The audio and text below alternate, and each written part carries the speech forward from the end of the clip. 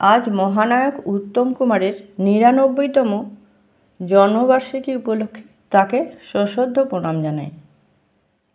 সত্যজিৎ রায়ের পুত্র সন্দীপ রায় মহানায়ককে নিয়ে স্মৃতিচারণ করেছিলেন।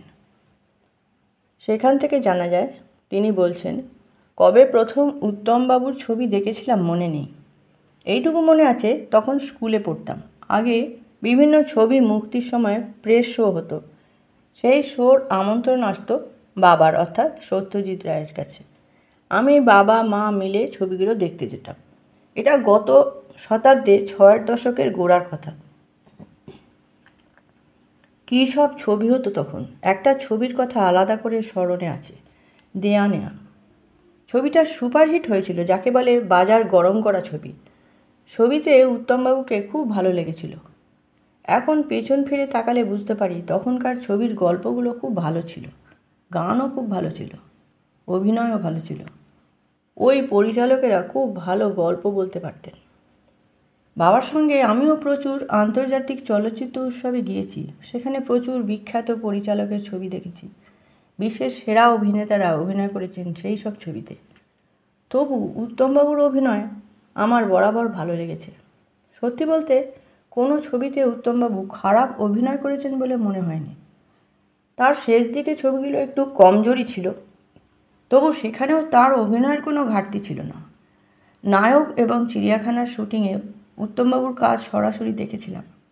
নায়কে তো গোড়ার দিকে মেকআপ নিয়ে সমস্যা দেখা দিয়েছিল। উনি তখন জলবসন্ত থেকে উঠেছিলেন। তবু বাবা কোনো মেকআপ করতে চাননি, সেটা উত্তমবাবু মেনে নিতে পারেননি।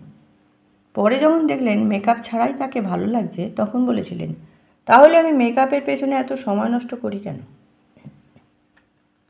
অভিনয়ের সময় উত্তমবাবু খুব সিরিয়াস হয়ে যেতেন। প্রতিদিন তৈরি হয়ে আসতেন, চরিত্রটা নিয়ে আলাদা করে ভাবতেন এবং নতুন কিছু করতে চাইতেন। বাবাও ছেড়ে দিতেন উত্তমবাবুকে। এখানে একটা কথা আলাদা করে বলা দরকার। বাবা যেসব অভিনেতাকে এই স্বাধীনতা দিতেন তা কিন্তু নয়, বেশিরভাগ অভিনেতার লাগাম ধরে রাখতেন। যে মুষ্টিমেয় অভিনেতাকে উনি ছেড়ে দিতেন তাদের একজন ছিলেন উত্তম কুমার। শুটিংয়ের সময় উত্তমবাবু অনেক ছোট ছোট কাজ করে দৃশ্যটাকে অন্য মাত্রা দিতেন। যেমন শর্মিলা ঠাকুরের চরিত্রটাকে অটোগ্রাফ দেওয়ার সময় দেখলেন কলমে কালি নেই। উত্তমবাবু চট করে সামনের গ্লাসে নিব চুবিয়ে সই করে দিলেন। এটা ছিল তার নিজস্ব ভাবনা। আবার ছবির শঙ্করদা চরিত্রটা যখন মারা যাচ্ছে, সেই দৃশ্য শ্যুট করার আগে বাবাকে বলেছিলেন, মানিকদা, আমাকে 2 মিনিট সময় দেবেন? মিনিট 2 তিনি অন্ধকারে চলে গেলেন। যখন ফিরলেন দেখা গেল তার চোখে জল। এসে বললেন, এবার শট দিন। নায়ক নিয়ে অবশ্য তাকে বিশেষ খাটতে হয়নি। ছবির চিত্রনাট্য এমন ছিল, বাবাকে বলেছিলেন, এ তো মনে হচ্ছে আমি নিজেই কথা বলছি। উত্তমবাবুকে পরিশ্রম করতে হয়েছিল চিড়িয়াখানায়, ব্যোমকেশ বক্সির চরিত্রে। তার ওপর হাতে ছাপ ছিল। উত্তমবাবুর কাছ থেকে যা শেখার তা হলো পেশাদারিত্ব, সেই সঙ্গে নতুন কিছু ভাবতে পারতেন। যে সময়ে উত্তমবাবু কাজ করেছেন সেটা ছিল বাংলা চলচ্চিত্রের সেরা সময়। তার পাশাপাশি অনেক ভালো নায়ক ছিল তখন ইন্ডাস্ট্রিতে। সবাই ভালো অভিনয় করতেন, নিজস্বতা ছিল। তবু উত্তমবাবুর একটা গুণ তাকে অনন্য করে তুলেছিল। সেটা হলো উনি কখনো কোনো অনুষ্ঠানে যেতেন না, লোক সমাজে মিশতেন না। সারা জীবন ধরে এটা করে যাওয়া কঠিন।